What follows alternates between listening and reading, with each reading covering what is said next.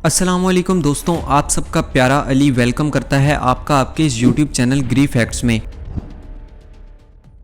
आज की हमारी ये वीडियो बड़े ही संगीन मसले पर है और इस मसले का नाम इसराइल है। आखिर नक्शे में दिखने वाले इस 2 सेंटीमीटर मुल्क के पास ऐसा क्या है जो इसको मुसलमानों पर भारी कर रहा है? आखिर यहूदियों का मकसद क्या है? क्या इनका मकसद पूरा हो पाएगा? आखिर इस जंग का फातेह कौन होगा और ये जंग कब होगी और इस जंग का इख्तिताम किस कदर भयानक होगा? तो चलिए जानते हैं। दोस्तों, ये सब जानने से पहले हमें यहूदियों के बारे में जानना होगा कि आखिर ये कौन है। इस्लाम और यहूदियत के ताल्लुक का आगाज 7वीं सदी ईस्वी में हुआ और इन लोगों के बारे में हमें तालीम हासिल करनी चाहिए क्योंकि दुश्मन की खबर रखना जरूरी है।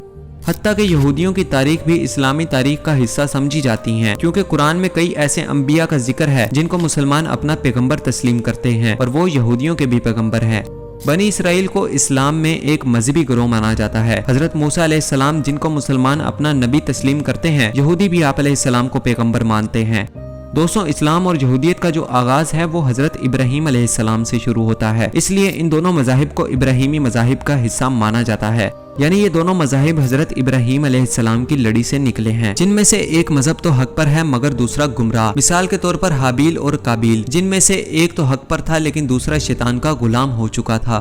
खैर, ये तो थी यहूदियों की तारीख। अब जानते हैं कि यहूदियों का मुसलमानों से क्या लेना देना है और वो क्यों मुसलमानों के दुश्मन बने हुए हैं। जैसा कि मैंने आपको बताया कि यहूदी मूसा अलैहिस्सलाम को पैगंबर मानते हैं। ये वो लोग हैं जो मुसलमानों की तरह पैगंबरों पे ईमान रखते हैं और इनकी तालीमात पर अमल भी करते हैं। जैसे कि मैं आपको बताता चलूं कि ये लोग कुर्बानी करते हैं, यानी जानवर ज़िबा करके खाते हैं। ये लोग सूअर नहीं खाते, यहाँ तक कि ये लोग वजू और नमाज भी पढ़ते हैं। ये सब आपको बताने का मकसद ये है कि अगर ये लोग नबियों की तालीमात पर इतना अमल करते हैं, हमसे कुछ मुशाबत रखते हैं, तो इस हिसाब से इन्हें हमारे बाकी मजहबों में से सबसे ज़्यादा करीब होना चाहिए था। मगर यहाँ तो इसका उलट है, क्योंकि ईसाइयों के अलावा बाकी मजहब जैसा कि हिंदू और बुद्धिज़्म वगैरह तो अंबिया के सिलसिले को मानते ही नहीं हैं। यहूदियों की इस दुश्मनी की असल वजह मैं आपको बताऊं तो वो ये है कि इस्लाम ने इनकी चौधराहट को ख़त्म कर दिया है, क्योंकि यहूदियों का अपने बारे में नज़रिया ये था कि हमारे अंदर इतने बड़े बड़े पैगंबर मूसा, दाऊद, सुलेमान, ये सारे हमारे पैगंबर हैं और बैतुल मुकद्दस हमारा है और यहाँ हमारी खिलाफत है, तो हम एक उम्मी नबी पर कैसे ईमान ले आए? और इस जलन की वजह से वो इस्लाम के सबसे बड़े दुश्मन है। दोस्तों, न्यूक्लियर पावर में 8वें नंबर पर आने वाला मुल्क इसराइल दुनिया की एटमी ताकत वाले मुल्कों में शामिल होता है और यही वजह है कि इस मुल्क से कोई जंग नहीं छेड़ना चाहता। हर वो मुल्क जो एटमी ताकत रखता है इनसे कोई जंग नहीं छेड़ना चाहता, क्योंकि ये बम सुनने में जितना आसान और हल्का लगता है उतना है नहीं। इस बम की रेडिएशंस इस कदर खतरनाक हैं कि इसका असर सालों साल तो क्या सदियों तक रहता है। दुनिया में एक बार इस बम का इस्तेमाल हुआ है जो कि 6 और 9 अगस्त 1945 में जापान के इलाके हिरोशिमा और नागासाकी पर किया गया था। बम गिराने वाला मुल्क अमेरिका था। सुनने में आता है कि वो बम आज के मुकाबले के एटम बम के मुकाबले में बहुत छोटा था, मगर इसका असर इतना था कि आज भी जापान के इन इलाकों में फसल जरखेज नहीं होती और तो और आज भी इन इलाकों में बच्चे एबनॉर्मल पैदा होते हैं। आज भी इस एटम बम का असर इन इलाकों में मौजूद है। इसी वजह से इस बम का इस्तेमाल हर एटमी मुल्क के लिए मना है, तब तक कि जब तक कोई दूसरा मुल्क इस मुल्क पर एटम बम का इस्तेमाल ना करे। इसराइल अपनी एटमी ताकत के बलबूते पर उछल रहा है, इसी वजह से कोई और मुल्क इसके खिलाफ आवाज नहीं उठा रहा, क्योंकि अगर इसराइल ने गलती से भी किसी मुसलमान ममालिक पर इसका इस्तेमाल किया तो इसका असर मुतासिर होने वाले मुल्क के साथ साथ बाकी मुल्कों को भी लपेट में ले सकता है, जो कि दुनिया के लिए बहुत बड़ा नुकसान है।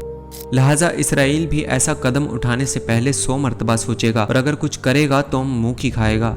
यारो दोस्तों, इस बात की तस्दीक कई लोगों ने की है कि मुस्तकबिल में इसराइल कई मुल्कों पर कब्जा कर लेगा। कई मशरिकी इलाके इसके कब्जे में होंगे, यहाँ तक कि ये मक्का तक पहुँच जाएगा, मगर अंदर दाखिल नहीं हो पाएगा। यानी ऐसा मुमकिन हो सकता है कि आने वाले वक्त में एक बड़ी जंग का आगाज हो और दुनिया तबाही के दहाने पर पहुँच जाए। क्योंकि मिशकात शरीफ में हदीस है जिसमें रसूलुल्लाह सल्लल्लाहु अलैहि वसल्लम ने इरशाद फरमाया, जब तुम खुरासान की तरफ से स्याह झंडे आते देखो तो इनका इस्तकबाल करो, इनमें अल्लाह का खलीफा मेहदी अलैहिस्सलाम होगा। तो दोस्तों, बताता चलूं कि इस दौर में जो जंग होगी वो एटमी जंग नहीं होगी बल्कि तलवार की जंग होगी। हो सकता है कि इमाम मेहदी अलैहिस्सलाम के आने से पहले दुनिया में एटमी जंग हो जाए, हो सकता है कि ना भी हो, इस बारे में कुछ कहा नहीं जा सकता। मगर इतना बता दूं कि यहूदियों के साथ मुसलमानों की जंग जरूर होगी और इसमें फतह मुसलमानों की होगी। इमाम मेहदी अलैहिस्सलाम की तलवार किसी यहूदी का सर इसके तन पर नहीं रहने देगी। और वो जंग का दिन तमाम कुफ्फार की जिंदगी का आखिरी दिन होगा, जिसके बाद दुनिया पर कोई यहूदी कोई काफिर बाकी नहीं रहेगा। इस वक्त सिर्फ मुसलमानों की हुकूमत होगी, इमाम मेहदी अलैहिस्सलाम की खिलाफत होगी। इस दिन गजा के शहीदों की हाय यहूदियों की कब्र पर कहर बनकर बरसेगी और इसी के साथ साथ दुनिया इन यहूदियों के वजूद से पाक हो जाएगी। दोस्तों 72 फिरकों का हमें बताया गया है जो कि जहन्नुमी होंगे, लेकिन एक कौम यानी 73वां फिरका ऐसा होगा जो जन्नती होगा। हो सकता है कि वो फिरका हो या हो सकता है कि वो सिर्फ मुसलमान हो, बाकी समझदार के लिए इशारा काफी है। दुनिया अपनी जंग लड़ रही है मुसलमानों के खिलाफ, मुसलमान अपनी जंग लड़ रहे हैं फिरकों के खिलाफ।